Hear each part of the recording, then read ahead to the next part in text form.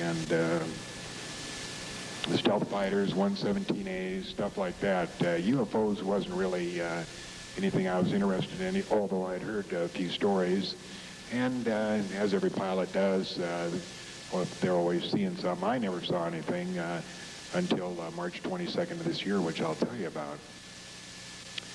But my interest in UFOs came about 3.5 years ago. A friend of mine who flew in Laos with me, he was a Raven. If any of you followed those guys, they were people that were taken out of the Air Force, given civilian ID, and they flew directly for the U.S. ambassador in Laos up on the PDJ, the plane of jars. They did the forward air control for the U.S. airplanes that would come into the secret war in Laos.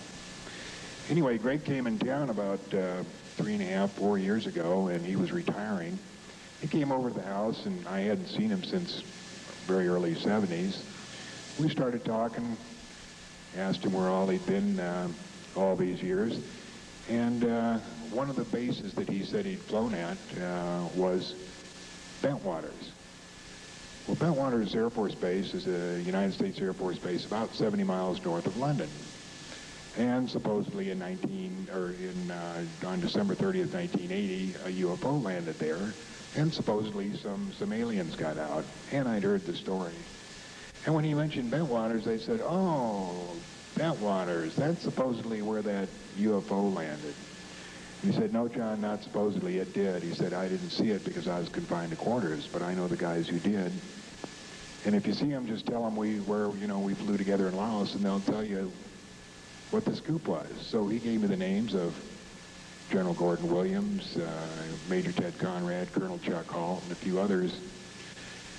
And I looked at Greg and I said, "You mean all this stuff is real? There really are UFOs and aliens and all that?" And he said, "Well, I don't know about the aliens," he said, "but the UFOs are real." So I got to thinking, boy, here's something I've been missing. And out of my airline indication and everything, I better find out what's going on.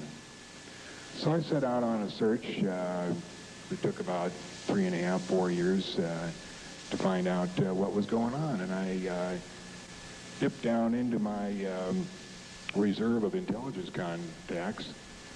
I made a lot of trips around the United States, made a lot of phone calls. Got my truck 1 month, spent a month going out, driving around Arizona, Colorado, and New Mexico, talking to people who would not talk on the phone, but who would talk to me face to face. And these included Army, Navy.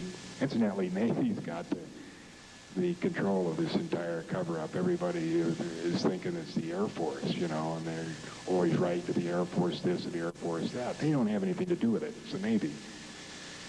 And I talked to various DIA, CIA people, and when I got back in December 1987, I wrote what became known as the John Lear hypothesis, and which since has been proven to be absolutely, totally right on the mark, true, except for various dates, maybe 1 or 2 months off.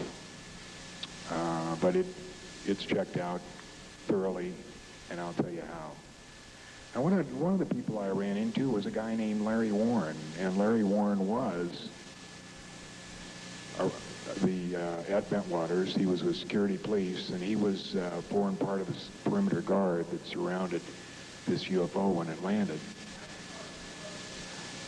Okay. Larry was part of this perimeter guard that surrounded the UFO. And Larry was in town the other day. In 1985, CNN did a 30-minute special on the Bentwaters incident. And what I'd like to show you here is the most comprehensive cover-up in the history of mankind. It's why most people think of flying saucers as a joke. This nation has been systematically and thoroughly brainwashed into believing that flying saucers do not exist. We have been conditioned to think of extraterrestrials in terms of science.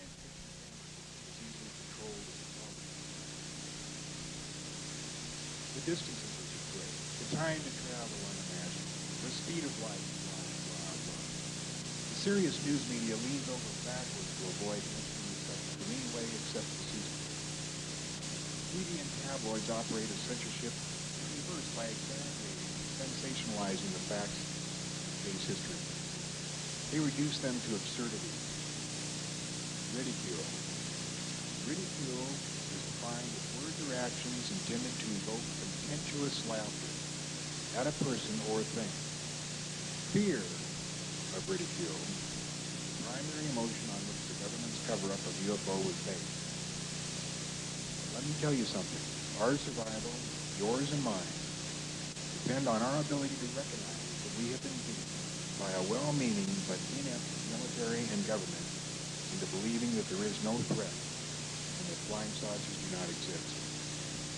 For those who believe they exist and entertain the simplistic belief that they are all our benevolent space brothers here to guide us into a battle-free utopian society, fails to correlate with the known facts of numerous case histories. Here's what one Navy captain involved in the cover-up said to Ray Stanford, eminent UFO researcher, after he caught Stanford with a piece of an extraterrestrial craft, which incidentally came from the Socorro incident. He says, "You have no right to that dynamite. What do you want to do? Blow up the whole economy, the entire social structure, and every other institution worth keeping? Those in a position to know are under no delusion. They know the facts. People are not ready to know the facts, and they have no need to know the facts. They could, half of them. Half the people maybe go off the deep end." So Stanford asked the captain if those in the know had cracked up after learning the facts. "I doubt it," he was told, "but those men are trained to meet and accept crises. They are capable of rational judgment in the face of the unexpected. Their decisions are based on experience in considering the welfare of larger groups of people. That provides experience and discernment that the average man, not even the UFO researcher, ever has." Well, isn't that special? Giordano Bruno got burned at the stake in the year 1600 for daring to say that the sun does not revolve around the earth. Even though he was correct, people did not want to hear it. The church did not want to hear it. And the fact that the earth revolves around the sun was successfully suppressed for another 200 years. It eventually caused a major upheaval in the church, government, and thought, a realignment of social and traditional values. Today, I'm telling you that a small group of military and civilian thugs, usurping the constitutional authority of the Senate and the Congress, entered into an illegal agreement with an alien nation in which, under the cover of national security, human lives were traded for highly advanced technology. The enormous cause involved in this cover-up and production of the technology was financed by the importation of massive amounts of drugs from Southeast Asia. Fortunately for my efforts to get the truth out, all I'm getting is a little ridicule. But let me tell you my story, and you can make up your own mind whether or not it's true. In its effort to protect our democracy, our secret government made a deal with this alien nation. But we were double-crossed, and the government believes that it's vitally important that you don't find anything about it until they can get things under control. But the situation now is so far out of hand at this point that there is very little chance of that. And I believe that you have the right to know the truth. It's your right as an American. It's your right as a human being. What I'm going to tell you now is true beyond a shadow of a doubt. It's not important that you believe it now. Just listen and follow it away. In the next few months, maybe even years, you'll wake up one fine day and say to yourself, "My gosh, the son of a gun was right." Of course, by then it'll be too late. So listen up. Number one, the United States government, since July 7th, 1947, has collected and has in its possession at least 15, but probably closer to 25 extraterrestrial flying saucers belonging to at least 3 different alien civilizations from far beyond our solar system. At least 5 are undamaged, and the Air Force has flown these under a secret program known as Project Red Light, which is continuing to this date at the Nevada test site, and I'll show you exactly where in a few minutes. Number 2, the United States government has in cryogenic storage at least 30, but maybe closer to 100 alien bodies representing as many as 3 different civilizations from far beyond our solar system. The bodies were or are kept at Wright-Patterson and Homestead Air Force bases, and there is an alien corpse display at the CIA facility in Langley, Virginia. At least 3 of the aliens were captured alive, and 1 is still living up at Groom Lake, Nevada, and I'll show you exactly where. Number 3, at least 1 million Americans, and probably far more, have been abducted since the early 1940s.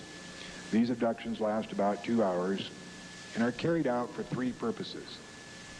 The first purpose is to insert a tiny transmitter the size of a BB, or in some cases much smaller, into the brain of the subject in order to monitor certain biological functions, the specifics of which are unknown to us at this time. The transmitters are implanted into human beings first at the age of 4 or 5. They are picked up again and checked out at the age of 10 or 12, and at about the age of 18, the implant is sometimes removed. The second purpose of the abduction is to program the individual through post-hypnotic suggestion. On the basis of some of these cases, we believe that some sort of enormously important event may occur within the next 1 to 4 years.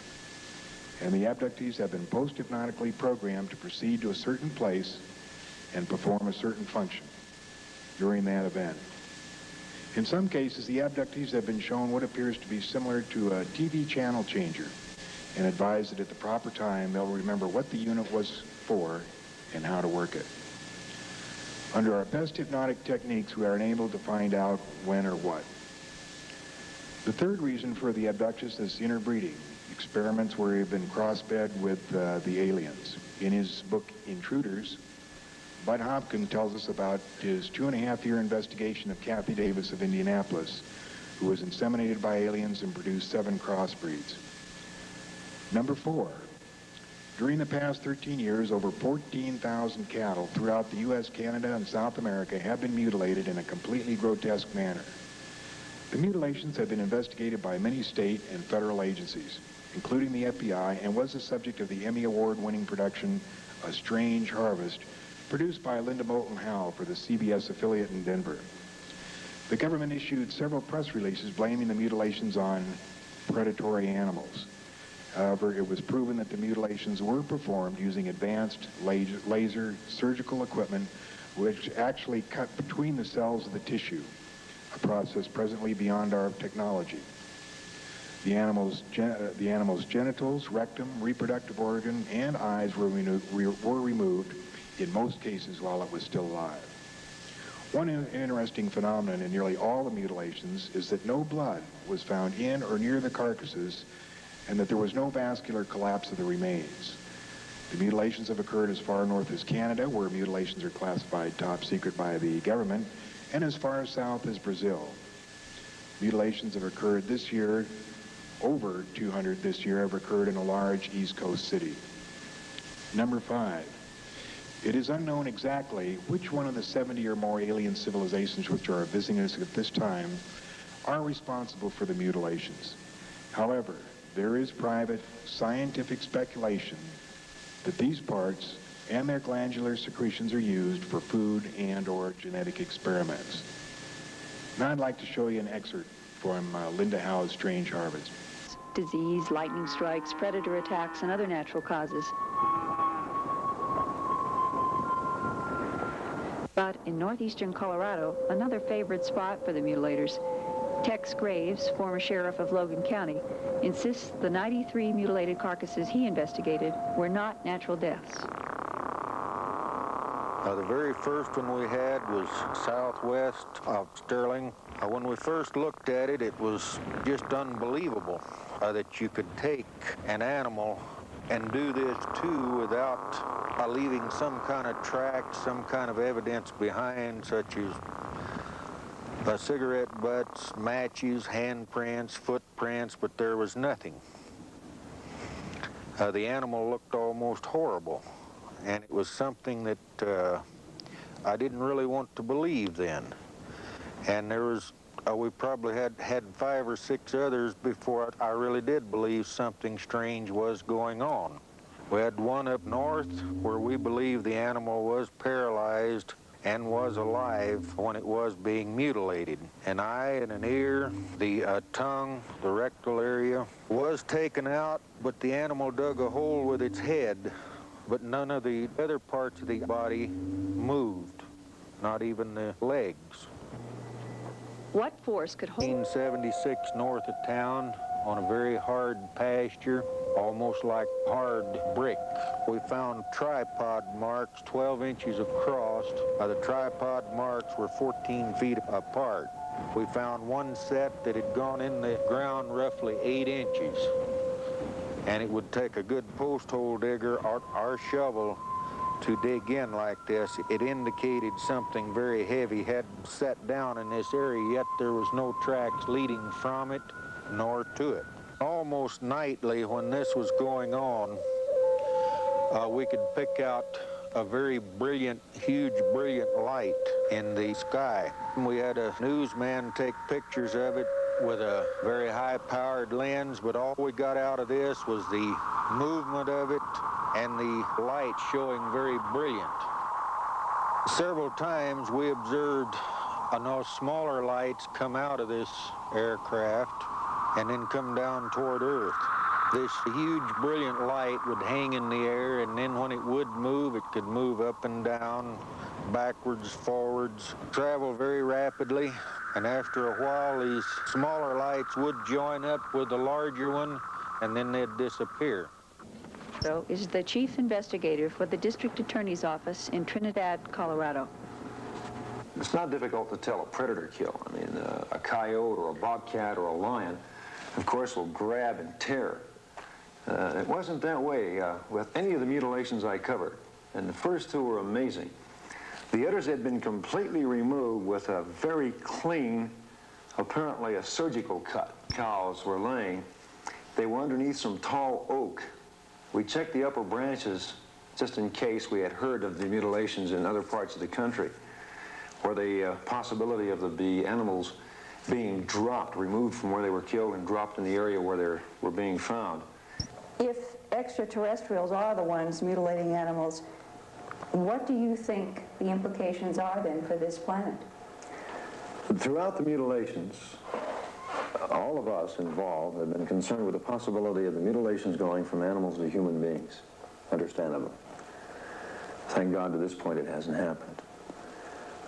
Whatever they're doing with the portions of these animals they are taking, I haven't the slightest idea. There's a reason for it. It's not haphazard. There's a pattern to it. I don't know. I think it's a wait-and-see game. What else can we do? If we do have beings from outer space doing this, with the capabilities to do things like this, what can we as a human race do? If they have the knowledge and the technology that it looks like they have, we're powerless. So maybe it's a wait-and-see game. I can't see anything else to do.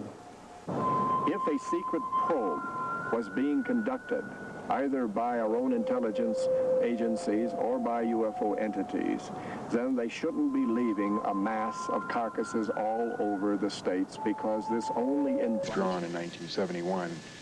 This is a case of the right hand not knowing what the left hand was doing.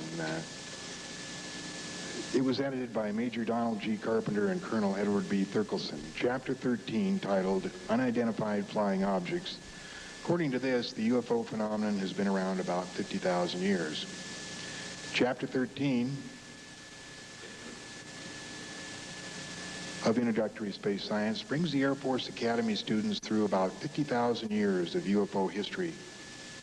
From the 47,000-year-old granite carvings in the Hunan province to the Tassili Plateau rock sculptures of 6,000 BC, to the story of Ezekiel in 593 BC, to the Irish accounts in 956 AD, up through 1742 and the UFO over London in that year, to 1897 when the first cattle mutilations occurred on the Hamilton Ranch in Leroy, Kansas, to 1947 and the Ken Arnold sightings, to the Lonnie Zamora incident in Socorro, New Mexico.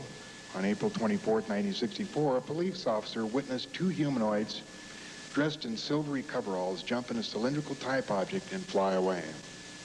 The chapter covers the Betty and Barney Hill abduction of September 19th of 1961, which became the first widely known abduction case. The Betty and Barney Hill case was particularly fascinating because under separate and highly controlled conditions, each was hypnotized separately for several months with a post-hypnotic suggestion that they would not remember or discuss between themselves what was discovered. At the conclusion, their stories matched perfectly. One very peculiar incident related by Betty was the fact that at one point the alien stuck a needle into her stomach. She asked him why, and they said, it's a pregnancy test. She told them, well, that was no pregnancy test here on Earth. That was in 1961. There was to be a prophetic account because amniocentesis was developed in the early 1970s. This was a method to surgically withdraw the fluid from the uterus of the pregnant female for use in determination of sex or genetic disorders in the fetus. This was 8 years after her abduction. On page 461 of the Academic Physics book, this surprising statement is made. The most commonly described alien is about 3.5 feet tall, has a round head, arms reaching to or below his knees, and is wearing a silvery spacesuit or coveralls. Other aliens appear to be essentially the same as Earthmen, while still others have particularly wide wraparound eyes or mouths with very thin lips. There is a rare group reported as about 4 feet tall, weight of around 35 pounds, and covered with thick hair or fur. Members of this last group are described as being extremely strong.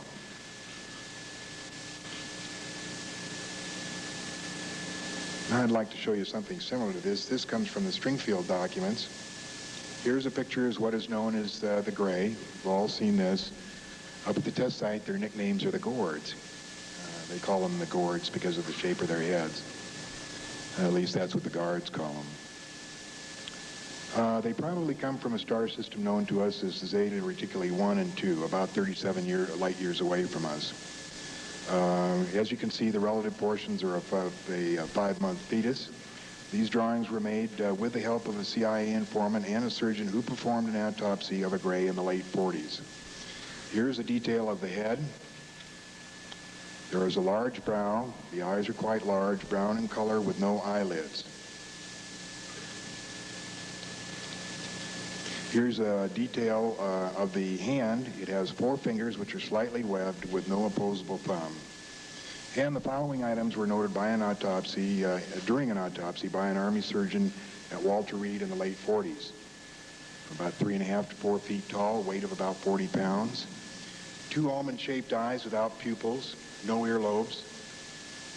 Mouth small, appears not to function as a means of communication or means of food ingestion. Arms extending to the knees.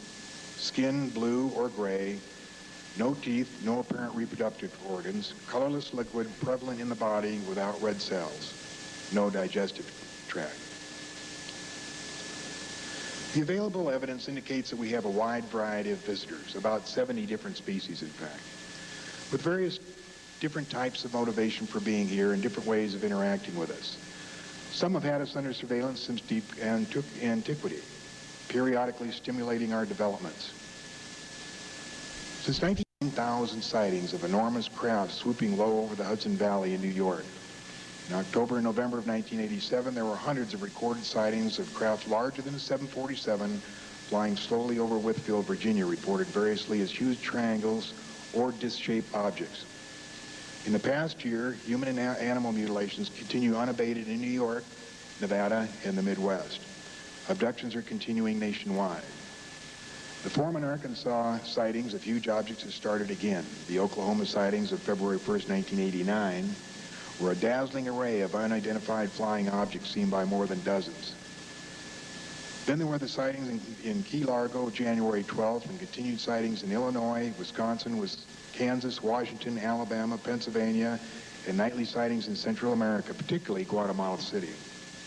On March 4th, 1988, the ABC affiliate in Pensacola, Florida, presented a 30-minute documentary showing 36 clear photos and 1 minute and 38 seconds of an extraterrestrial craft, and these sightings are still continuing. Let me show you. Proudly thought of themselves the most powerful nation on Earth, having recently produced the atomic bomb and won World War. They had built jet aircraft that would exceed the speed of sound in a few months. They had built bombers with intercontinental range that could carry weapons of enormous destruction. The post-war era had brought economic prosperity, and the future seemed bright. Now just imagine what it was like for those same leaders all of whom had witnessed the panic of the Orson Welles broadcast of the War of the Worlds in 1938, just 7 or 9 years earlier. Thousands of Americans had panicked at a realistically presented invasion of Earth by beings from another planet. Imagine their horror as they actually viewed the dead bodies of the real aliens, frightening little creatures with enormous eyes, reptilian skin, and claws at the end of their fingers.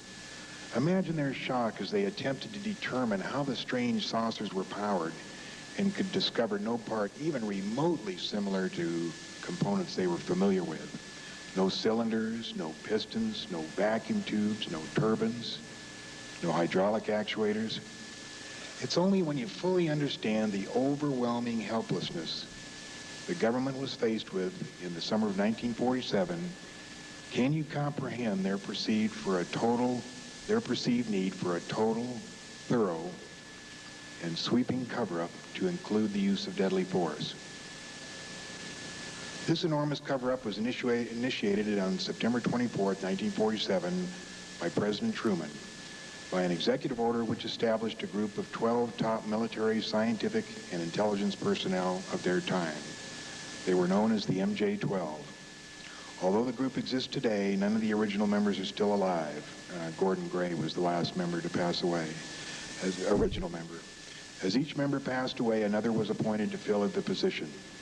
The group today is composed of more members than the original 12, and among those who are thought to be current members are Dr. Kissinger, Dr. Ed Teller, General Lou Allen, head of space technology, and Admiral Bobby Inman. On November 18, 1952, President-elect Eisenhower was briefed on Majestic 12 and the cover-up by Admiral Roscoe H. Hillenkotter. Hillenkotter was MJ-1 and had been the director of Central Intelligence Agency from May of 47 to September of 50. Sometime during the latter part of 1953 or the early part of 54, President Eisenhower was rushed from a vacation in Palm Springs to Muroc Dry Lake, which is now called Edwards Air Force Base, and witnessed a flying saucer. According to some sources, Eisenhower told the aliens that the world was not ready for them, and that's where the matter rested for about 10 years. Incidentally, one of our well-known astronauts witnessed that saucer landing at Muroc Dry Lake. Project Blue Book made 14 reports before it was terminated by the Air Force in 1969 after reviewing the Condon report. The public got to see 13 of the reports, number 1 through 12, and number 14. Project Blue Book report number 13 consisted of 624 pages typed offset, reproduced on white paper with a gray cover. It covered U.S. government official UFO procedures, classifications, and all top-secret UFO activity from 1942 through 1951, addendum to 1963. Last year, I met with a former information analyst with the Air Force Electronic Security Services who saw an actual copy of the Project Grudge Blue Book report number 13. This man's name is Bill English and will be speaking with us today. I also talked with Bill Cooper, formerly of Naval Intelligence Briefing Team, who also saw the Grudge 13 report. I also talked with a government scientist who also saw a copy of the report. Here are some of the things that they remembered as being in the document. Chapter 1, UFO activity, significant UFO sightings, UFO landings, UFO alien close approaches, abductions, detention, crashed UFOs, UFO retrievals, sensitive military and industrial areas where close encounters occurred, technical details on dismantled UFOs, UFO physics, exotic nuclear and weaponry, clean breeder reactor the size of a football, ultrasonic light ray and beam weapons. Chapter 2 was the photographic section, included all glossy pages, photos either 3.5 by 5 or 8 by 10, photos of sensitive UFOs, color photographs of crashed UFOs, 3 in good condition, 1 dismantled. Color photographs of deceased aliens averaged 4.5 feet tall, color photographs of 3 live aliens, color photographs of human mutilations including head, rectum, sex organs, internal organs, blood removal, etc. Chapter 3 was human and humanoid aliens, humanoid species, humanoid autopsies, no indication of age, small species similar to human varied in a height of a few inches, liquid chlorophyll-based nourishment. At this time, they were aware of 17 different species. Food absorbed through the mouth membrane, waste excreted through the skin, language similar in appearance to Sanskrit, used mathematical phrases. Live alien communicated only desired answers to questions, remained silent on undesired questions. In the early 1950s, according to Project Blue Book Report number 13, people who had close encounters of the third relocated to one of 4 relocation centers the encounter experienced. These sites were located in the Midwest and the Northwest U.S., with one site on the Utah-Nevada border. These relocation centers had extensive medical facilities available to deal with all medical emergencies, including radiation poisoning, psychotherapy, and deprogramming. One example of this is the Darlington Farm case of Ohio in 1953. As they sat there eating dinner, the lights in the farmhouse began to dim. Outside, the dogs and other animals began to raise a ruckus. The 13-year-old boy gets up from the dinner table, see what's going on. He calls to his mother and father to come outside and see a funny light. The mother and father went out on the porch. As they got to the porch, one of the dogs broke loose and ran into an open field in front of the house. The boy began chasing it as the light came down and began to hover in the open field. As the mother and father watched, the boy started screaming for help. The father grabbed his shotgun and ran into the field, only to witness his son being dragged away by little humanoids into the fiery, large-looking object. The father fired several rounds into the object, but to no avail, and it took off. They found the dog with its head crushed, but no sign of the boy or any other footprints. The father immediately called Darlington police, and they came out to investigate. Their official report read that the boy had run off and was lost in the forest which bordered the farm. Within 48 hours, the Air Force made the determination that the family was to be relocated, and the mother and father were picked up by Air Force intelligence, and all personal belongings and possessions were loaded into Air Force trucks and moved to a northwestern relocation site. The mother was in shock and had to go through a great deal of psychotherapy and deprogramming, as did the father. On April 25th, 1964, the first official communication between the aliens and our U.S. government took place at Holloman Air Force Base in New Mexico. 3 saucers came in, 1 landed at a prearranged area, and a meeting was held between the aliens and intelligence officers of the U.S. government. The whole sequence was filmed by 5 motion picture cameras. An acquaintance of mine in Los Angeles, Bob Emenager, was given 800 feet of this film in 1973 to view when he was asked to prepare a documentary when it was decided to originally release the truth about flying saucers to the public. This was in the beginning of 1973. Unfortunately, when Watergate developed, it was decided the public could not handle 2 traumatic developments at the same time, and the document was changed. The document, which you can still get today, but I don't know where, started and it gave you the whole history of UFOs up until the very end, and the crowning thing for this documentary, which was narrated by Rod Serling, was they were going to show this landing at Holloman, the actual film. Well, what happened is that because of Watergate, they decided that they were not going to release the true information to the public, and the end they changed and they put in drawings. And the drawings at the end simulate. And Rod Serling, I'll show you this one cut from UFOs It Has Begun. And Rod says, let's consider an incident that may happen in the future or could have already happened in the past. Well, of course, it already did happen in the past, but they weren't going to tell the public. And one of the interesting things about this is if you look very closely, and I'll try and point it out, there's a 7-second segment right after the beginning, and I'll show you where it is, that's part of the real film. And I was over in Frankfurt about almost a year ago with Emenager, and we were in the bar talking about the film, and I said, you know, how did you guys fake that saucer shot, that one coming over the hill where the camera zooms in? I said, it's awful hard to tell. I said, boy, it kind of looks like it might be part of the real film to me. And he said, yeah, it is part of the real film. And I said, let me guess, you left it in there because 1, the public wouldn't believe it, and number 2, would it cost too much money to fake it? He said, yeah. He said, that's exactly right. The public would not believe it. It's too short a segment. You can't really tell, and it saved us a lot of money trying to fake it. So I'll point out that 7th segment, and that is part of the real shot coming in. contact will be made. Let's look at an incident that might happen in the future, or perhaps could have happened already. The premise is that contact is made by extraterrestrial beings with representatives of the United States Air Force at Holloman Air Force Base in the deserts of New Mexico. The day is clear. It's about 5:32 a.m. at Holloman Air Force Base. Traffic light. One recon plane is on the field ready for takeoff when Sergeant Mann is given a report of an approaching unidentified craft.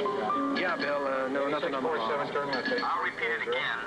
Unidentified approaching objects on coordinate 49er, 34 degrees southwest, following range to the left. Can I go northeast down with the Army helicopter? Probably a stray civilian, maybe. Keep me informed. 142, turn left. I see him over there. Check with Edwards. Make contact with him, Bill. This is Hollywood Air Force Base Control Tower. Identify yourself. What's your tail number?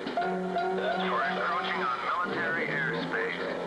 Warning, identify yourself. You're in a restricted military air corridor. Call the base commander. Base Commander's office, Sergeant Whitmore speaking. Yes? Yes, hold on. Colonel, for you. This is Colonel Horner, yes? Yes, an unidentified vehicle. You warned the aircraft again? 142, turn left. What's its shape? Radar contact. Check Edwards. Civilian patrol? Okay, all right. Sound a red alert. Unidentified aircraft approaching. Hey, Bill, give me a quick check with Wright Patterson Intelligence. There may be an experimental craft from somewhere, I don't know, here. Alert the fire chief and security and safety.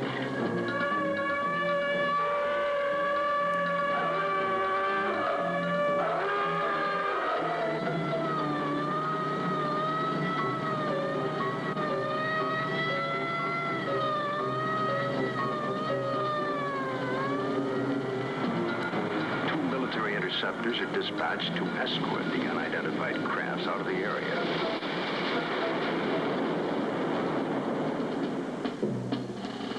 During a routine photographic mission, a tech sergeant and staff sergeant of the base photographic team were aboard a helicopter at the time and run off several feet of film of the three objects, one of which breaks away and begins a descent. A second high-speed camera crew on the ground runs off approximately 600 feet.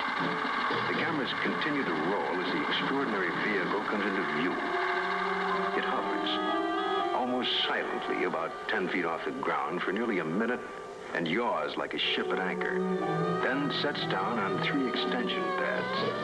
The commander and 2 officers, along with 2 base Air Force scientists, arrive and wait apprehensively. A panel slides open on the side of the craft. Stepping forward, 1, then 2, and a third, what appear to be men dressed in tight-fitting jumpsuits. Perhaps short by our standards, with an odd blue-gray complexion, eyes set far apart, a large pronounced nose. They wear a headpiece that resembles a rope-like design. The commander and the 2 scientists step forward to greet the visitors.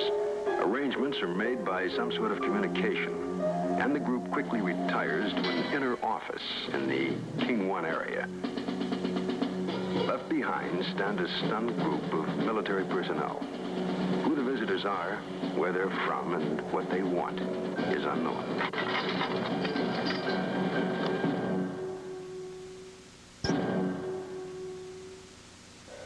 We now have a new challenge, perhaps the most monumental in recorded history. The opportunity to investigate a phenomenon that could change our destiny. Through the study and understanding of the UFO phenomena, we may discover a new energy force, or how to use it. Or it could lead to an understanding of our relationship to life throughout the universe. And if there are beings from distant advanced societies, we may be privileged to see a revelation, a look at ourselves 1,000 years in the future. And perhaps at this very moment, located in another galaxy, somewhere in infinite space, other beings raise similar questions and discuss the possibilities of life outside their planet and talk about Earth as part of their plans for the near future. Arnold was head of audio-visual at Norton Air Force Base, and he actually saw the film run through. Robert Emenager saw blow-ups from the original frames of the film. In the late 1960s and possibly earlier, MJ-12, representing the U.S. government, made a deal with these creatures called EBEs. The deal was that in exchange for super advanced weapon technology that the aliens would provide to us, we agreed to ignore the abductions that were going on, and further, we would help suppress the information on the cattle mutilations. The EBEs assured MJ-12 that these abductions, usually lasting about 2 hours, were merely the ongoing monitoring of a developing civilization. In fact, the abductions were for a much more sinister reason. The U.S. government was not initially aware of the far-reaching consequences of their deal. They were led to believe that the abductions were essentially benign, and since they figured they would probably go on anyway, they agreed and merely insisted that a list of current abductees be submitted to MJ-12. Does this sound incredible? Unbelievable? Those responsible for this disaster hope and pray you will dismiss it as so much rubbish. But it's getting harder and harder for Americans to buy this cover-up. There has not been not one official statement from the government on flying saucers since 1969, when the Connor report said that they didn't exist, and when the Air Force closed Project Blue Book. Not one government official has uttered a word about flying saucers except President Reagan. What did President Reagan say? Well, in the last 2 years of his presidency, he made 4 references to a threat by invaders from outer space. The first one was on December 4th, 1985. You can get a copy of this statement. Remarks of the President to the Falston High School students and faculty, wherein he says, I couldn't but, one point in our discussions privately with General Secretary Gorbachev, when you stop to think that we're all God's children wherever we may live in this world, I couldn't help but say to him, just think how easy his task and mine might be in these meetings that we held if suddenly there was a threat to this world from some other species, from another planet, outside in the universe. We'd forget all our little local differences that we have between our countries, and we would find out once and for all that we are really all human beings here on this earth together. Then, September 21st, 1987, text of remarks by the President to the 42nd General Assembly of the United Nations. He said, in our obsession with the antagonisms of the moment, we often forget how much unites all the members of humanity. Perhaps we need some outside universal threat to make us recognize this common bond. I occasionally think how quickly our differences worldwide would vanish if we were facing an alien threat from outside this world. And yet I ask you, is not an alien force already among us? What could be more alien to our universal aspirations of our people than the war or threat of war?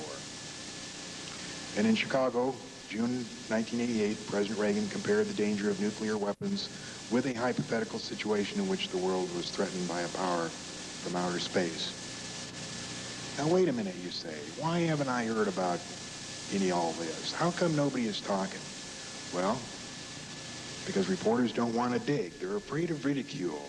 They're afraid people will laugh at them. They think it's smart or in to ridicule UFO researchers. If you ask them why aliens couldn't be here right now on Earth, they say, well, because somebody would know. But I'll tell you the real reason. It's because it's a secret. It's the biggest damn secret in the history of mankind. Now I want you to hear of what some very credible people have had to say about flying saucers over the years. Here's Vice Admiral Hillenkotter. It is time for the truth to be brought out. Behind the scenes, some high-ranking Air Force officials are soberly concerned about UFOs. But through official secrecy and ridicule, many citizens are led to believe the unknown flying objects are nonsense. Here's President Carter. If I become president, I'll make every piece of information this country has about UFO sightings available to the public and the scientists. I am convinced that UFOs exist because I have seen one. What did Carter do for us? Here's what Major Gordon Cooper had to say. Several days in a row, we sighted groups of metallic saucer-shaped vehicles at great altitudes over the base. This was in Germany in 1951. And we tried to get close to them, but they were able to change direction faster than our fighters. I do believe UFOs exist, and that the truly unexplained ones are from some other technologically advanced civilization. Here's what General Nathan Twining had to say. The phenomenon reported is something real and not visionary or fictitious. Here's what Oh, here's our old friend Dr. Carl Sagan. He was drawn into MJ-12 in about 1963 because of statements like this. In 1962, he told the American Rocket Society convention, "We must be prepared to face the probability that we have been visited by intelligent beings from outer space and the likelihood that as a requisite to those visits, they would have used bases on the averted side of the moon." Old Dr. Wilbur Smith in Canada said flying saucers exist. The matter is the most highly classified subject in the United States, rating even higher than the H-bomb.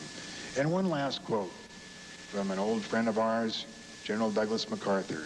In 1955, here's what he told the New York Times. Now remember, this is General Douglas MacArthur talking. "The nations of the world will have to unite, for the next war will be an interplanetary war. The nations of Earth must someday make a common front against an attack by people from other planets." MacArthur said that in the New York Times. Now, 7 years later, to the graduating class at West Point, here's what else MacArthur said. "We deal now not with things of this world alone, but with unimaginable distances and as yet unfathomed mysteries of the universe. We are reaching out for a new and boundless frontier. We speak in terms of harnessing the cosmic energy of ultimate conflict between a united human race and the sinister forces of some other planetary galaxy." During the period of 1979 to 1983, it became increasingly obvious to MJ-12 that things were not going as planned. It became known that thousands more than the people listed on their list were being abducted. Some of our top scientists who had objected to this going on, and 50 of them were massacred in the summer of 1980. MJ-12, by 1984, MJ-12 must have been a stark terror at the mistake they had made in dealing with the EBEs. They had subtly promoted Close Encounters of the Third Kind and ET to get the public used to these small, odd-looking creatures that were compassionate, benevolent, and very much our space brothers.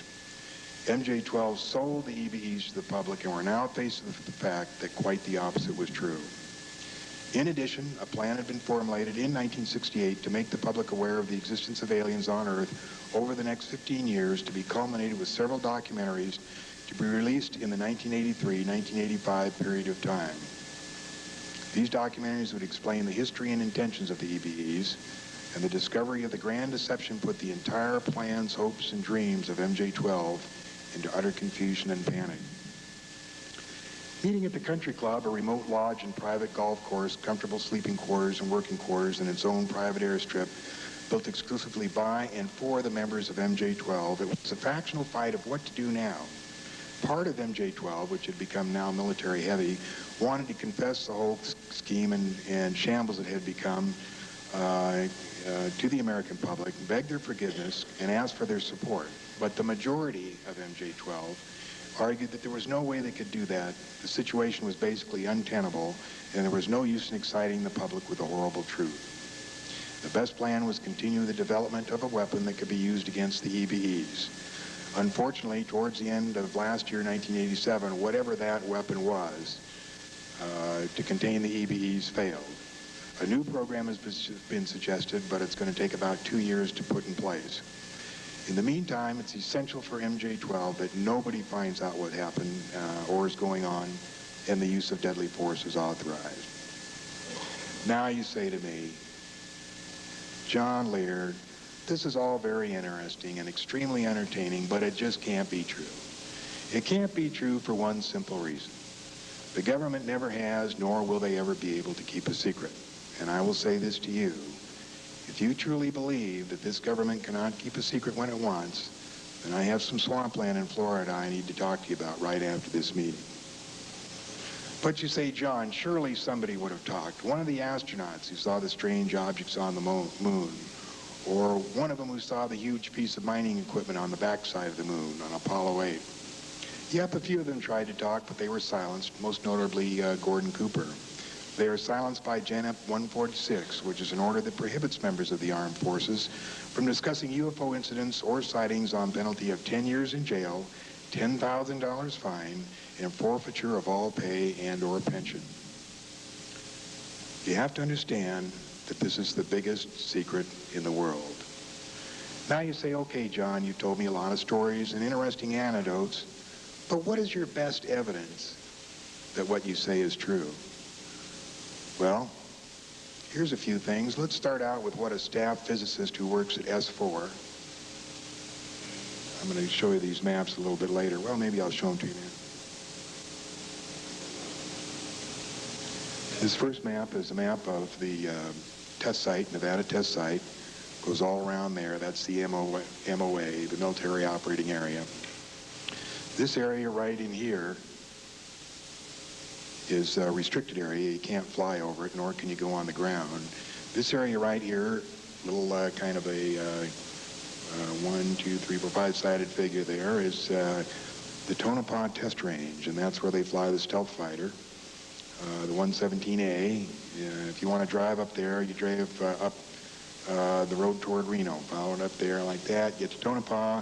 When you get to Tonopah, turn right, follow the road all to here until you see, you'll see a rocket ship, and it says, I think Tonopah Test Range or something, and you take that road all the way down to the fence right here, and then you turn right at the fence, and you can go along this fence here and take pictures all day long. We have some beautiful ones of the stealth fighter that we're taking right along there. They also keep our MiGs up there. The United States Air Force has one of, or more of every MiG that is produced by the Russians, except the MiG-25. That's where they kept. This area down here is used by the Department of Energy to test atomic weapons, underground tests. This area around here, like this, is used for red flag exercises. That's the military aerial training that the Air Force uses for it's the Air Force version of Top Gun. And this area right in the middle here is called Area 51. It's also called Dreamland. It's also called the Ranch. It's called a number of names. Anyway, this is Area 51. There's a 35,000-foot strip right here. There's a number of hangars there. And this is where most of our top secret projects go on. The U-2 was assembled there. Actually, the U-2 was built in Bakersfield, but assembled up here. The SR-71 was built in Burbank and assembled up there. Aurora is tested here. Aurora is the follow-on for the SR-71. It's a Mach 6 to 7 airplane, 250,000 feet, 3-man crew. It operates from there, has been operational for about the past 2 years. But the place that we're interested in is right here. Right to the south here, 10 miles south, it's called S4. And that's where the government keeps the flying saucers. And you get there by bus. Incidentally, this whole area, you get there by airplane in the morning when you go to work. You drive up to Hughes here, and you go through a security check, and you get into a little 737, white with a red stripe. If you're driving out of town, you can see them parked off to the left there. And they take you in by air. That's how they control the security up there. And when you get out of there, there's very few people who work down here, but down at S4 where they keep the saucers is they take you the bus down there, and the bus has blacked out windows so you can't see where you're going. So let me show you what this physicist had to say, and the date was May 15th, so it wasn't too long ago. He said this on the 5 o'clock news on Channel 8.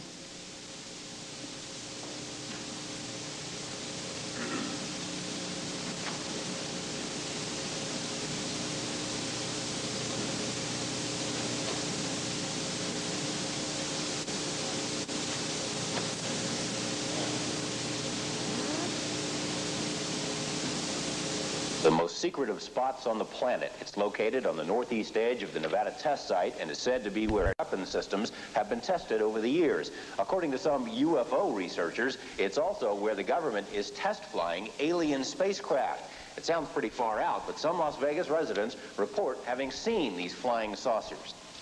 A local scientist who says he worked at Groom Lake and saw the saucers joins us in tonight's interview. He has asked that his identity be shielded. Sir, how do we know you are who you say you are and that you actually have knowledge about what's going on at Groom Lake? Well, I guess there's no way you could really know. There's really no way I can prove it without revealing my identity and getting myself into more trouble than I have already.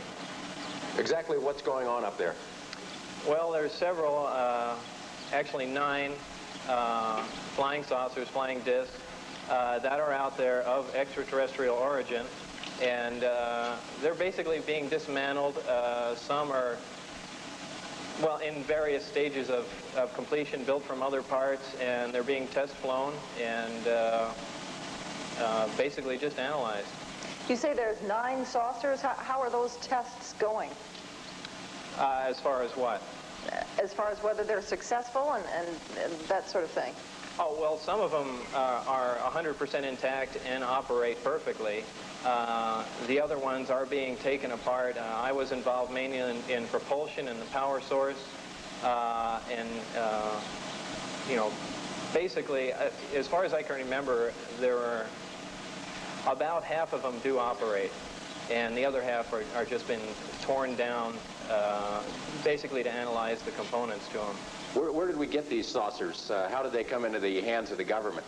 I haven't the slightest idea, and you have to understand the information is very compartmentalized, and I was only allowed information that pertained particularly to what I was involved in. But I mean, couldn't our government have made them as opposed to getting them from some alien beings? Totally impossible. The propulsion system is a gravity propulsion system. The power source is an antimatter reactor. This technology does not exist at all. In fact, one of the reasons that I'm going forward with this information, it's not only a crime against the American people, it's a crime against the scientific community, which I've been part of for some time. We're actively trying to duplicate these systems, yet they are in existence now and basically in the hands of the government. What would happen to you if the government learned that you were giving us this information? Anything could happen. I don't know. I haven't the slightest idea. Well, you said you referred to getting into trouble. Have you had some repercussions already? Yeah, I've been threatened with being charged with espionage. I've had my life threatened by them, my wife's life threatened by them, and I mean, I don't know where else you can go from there. Will the government ever tell us about the testing, and do the Soviets know about this? The Soviets were involved at some specific point. They were kicked out of the program rather abruptly in the middle. I don't know why that was or what happened. They're not very happy about it. And as far as them revealing it, I'm sure they have every intention of claiming that all the technology was developed here, and it was absolutely not. If the Soviets were kicked out of this testing program, why wouldn't they tell us about this?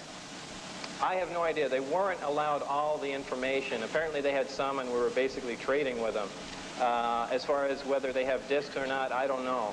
I don't even know if they had knowledge that we actually had any there. But they were involved to some extent, and I don't know how much. What about aliens? Any of those up there at Groom Lake? I really want to steer away from that right now. Is the Star Wars program in any way related to what's going on up there? I know some people believe that maybe we're building Star Wars for something other than the Soviets. This directly taps out of the Star Wars budget, which is very hard to follow because it requires huge amounts of money. It also, it taps out of a lot of other places too that would be very hard to track down. But yeah, Star Wars is directly related to it. The United States Navy is the part of the government that really maintains control over this. Well, we want to thank you for joining us. It's pretty interesting stuff you've got to say. Thank you. I think we all owe Dennis a hand for coming forward. That was pretty interesting information.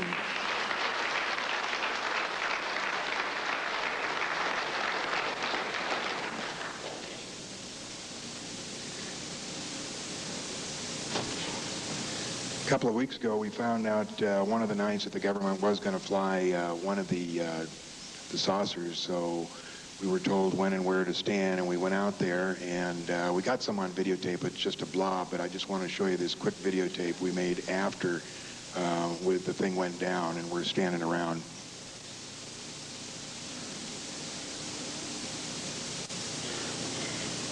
I'm Lear, and today is March 22nd, 1989. We're standing just about 8 miles due east of Groom Lake, Nevada, the super government secret test site. And just a few minutes ago, we saw one of the government extraterrestrial UFOs fly over there. We all watched it for about 7 or 8 minutes. Right here I have my Celestron scope. It's 8 inches, and I had it focused in for about 15 seconds and saw for myself that in fact it was a disc.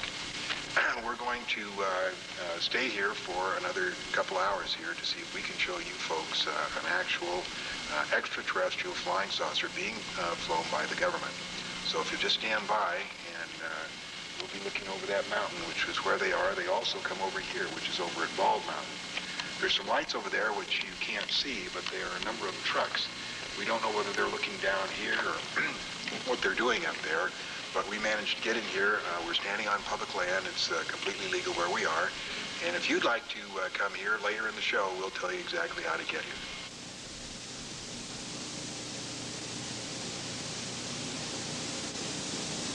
Incidentally, the third night we went up, Dennis was with us, and the next morning got fired. Next morning, he's had 3 threats to his life since then, and he's not doing too well, but I will report to you that he is still alive. Just quickly, for those of you that want to go see a flying saucer, you take Highway 15 north out of here to Salt Lake City, and there's a cutoff, Highway 93, that goes to, I think the sign says Caliente. Follow the signs up towards Caliente until you get to a place called Ash Springs. At Ash Springs, there's a cutoff, and you take the left one, and the cutoff says either Tonopah or Warm Springs. And you follow that road up through the mountains here, and you'll go up through a pass and come back down through the mountains. Now, just as you get out of the pass, right there, not any further, you'll see a long dirt road. It's about 8 miles long. Get on that dirt road. That's the northeast entrance to Groom Lake. Now, you can't obviously go all the way to Groom Lake because it's a classified facility.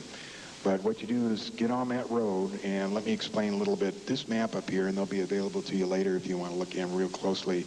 Groom Lake is printed right on there by the BLM. These are restricted areas, these yellow or these red areas here. And this area marked in black right here was part of what was known in 1986 as the famous Air Force Groom land grab. And what they did was they grabbed some BLM land here because they didn't want people standing on top of that mountain and watching the saucer fly in there, or whatever they had flying in there. So when you go down this road, from the road to the black line is 5.2 miles. Now, yesterday, some people drove out there and got all the way to the gate. The gate's up here. It's 15 miles from the entrance. And as long as you do that in daytime, they probably won't bother you. But it'd be pretty risky to try it at night. They might, no telling what they might be doing. There are soldiers out there. They have no name, rank, or serial number. They drive blazers in camouflage uniforms, as I say, with no rank or serial number. If you're going at night, be sure you stop there because then you're not getting into the area. But if you go any farther than that, you do so at your own risk.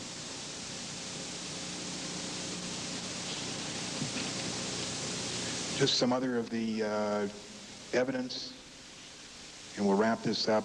Cash Landrum case, Gulf Breeze, Lonnie Samora, Thomas Mantell, the 1975 SAC base overflights, the JAL incident in Alaska, the Bentwaters incident, the Walton incident, the Pascagoula incident, the Kirtland Air Force Base incident, on and on and on. The Kentucky abduction case, the Wake Island incident, the Harmon Field incident, the South Caicos incident, the Hudson Valley sightings, the Wytheville, Virginia sightings. If you gave 5 minutes on each of these, I'm sure you'd begin to understand what I'm talking about. If you're interested in more reading, I would have you read Introductory Space Science, Volume 2, Chapter 13, the Stringfield Papers, the Senator Richard Russell sighting in Russia, 1955, the W.B. Smith memo, the Dr. Robert Sarbacher letter, Grudge Report number 13. Then I'd have you read the following books: Communion, Missing Time, Intruders, Light Years, Clear Intent, Sky Crash, The Roswell Incident, Crash at Aztec, An Alien Harvest by Linda Howe just came out and will be available. It's available now. Above Top Secret by Timothy Good. And when you've digested that information, 2.5 years of investigation of UFOs was the Kennedy assassination. How many people here in this room think Oswald killed Kennedy? Up with your hand. Several. Okay. Now, would you like to know who did?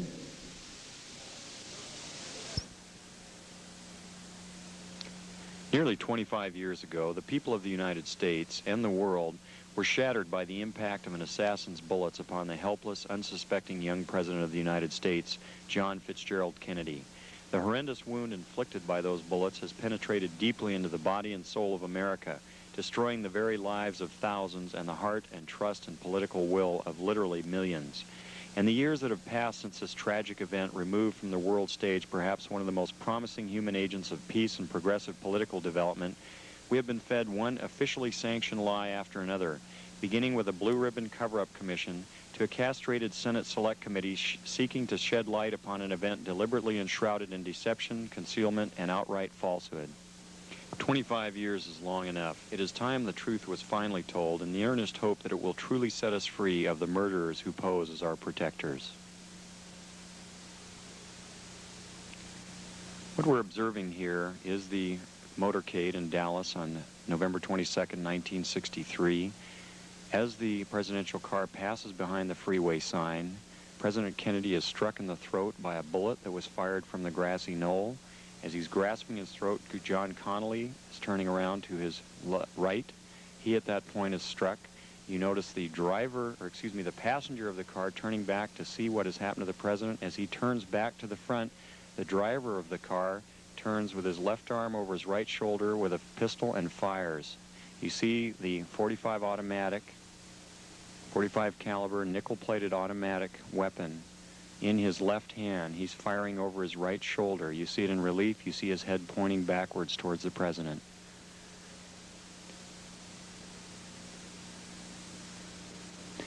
In this enhanced close-up, you see the impact of the bullet upon the president. The force of the shot drives him violently backward against the back of the seat. You see Mrs. Kennedy react in horror. The ugly gaping wound, which is evident here, according to many observers at the scene, was actually created on the print. This was not the actual nature of the wound. But you notice that Mrs. Kennedy wasted no time in trying to exit the vehicle because she clearly was able to determine exactly where that shot had originated, and it was her personal bodyguard, Clint Hill, another Secret Service agent, who attempted to keep her in. What the arrow is indicating here is what appears to be the outline of a man, a hat, and his rifle. The arrow is pointing to the rifle barrel of the man in the bushes who possibly was the rifleman on the grassy knoll who fired that shot. Another view taken by another photographer. Again, you see Mrs. Kennedy trying to exit the vehicle from behind, being pushed back in by her bodyguard. Number of witnesses on the scene rushing towards the vehicle.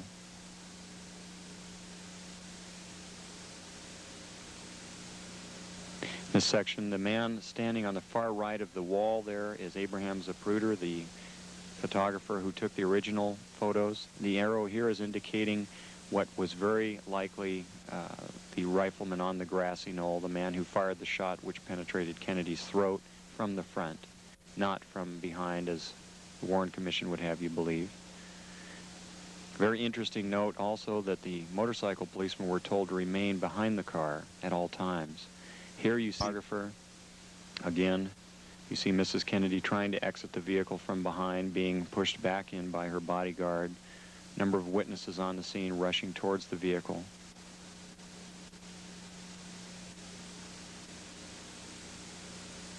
This section, the man standing on the far right of the wall there is Abraham Zapruder, the photographer who took the original photos. The arrow here is indicating what was very likely the rifleman on the grassy knoll, the man who fired the shot which penetrated Kennedy's throat from the front, not from behind as the Warren Commission would have you believe. Very interesting note also that the motorcycle policemen were told to remain behind the car at all times. Here you see the passenger in the front turning back, looking at the president. Instead of jumping back to assist him, he turns forward. The driver's now rotating. The weapon comes into view and he fires. You'll see this repeatedly in these sequences. Kennedy's been shot in the throat. He's leaning to his left. The driver now begins to rotate. His left arm comes over his right shoulder and he fires now. Again, you see the driver rotate. You see the weapon come into view. He's rotating again. The weapon is in view. He fires. can clearly see his head turning and his arm and the weapon extending into view over his right shoulder. Many of the witnesses indicated that the car slowed almost to a virtual halt. Government lie. After all, they lied to you about the Pentagon Papers, they lied to you about Watergate, they lied to you about Irangate, but surely they wouldn't lie about flying saucers. Surely they would have told you if they had recovered an extraterrestrial vehicle. Surely they wouldn't be giving you 1,001 reasons why flying saucers aren't real if they were. And the government is aided and abetted by Carl Sagan, James Oberg of NASA, Bob Schaefer, Phil Klass of Aviation Week and Space Technology. Remember these names well, for they are known as the keepers of the hoax. What hoax? The hoax that flying saucers do not exist, that ETs are not among us, that Roswell did not happen, or as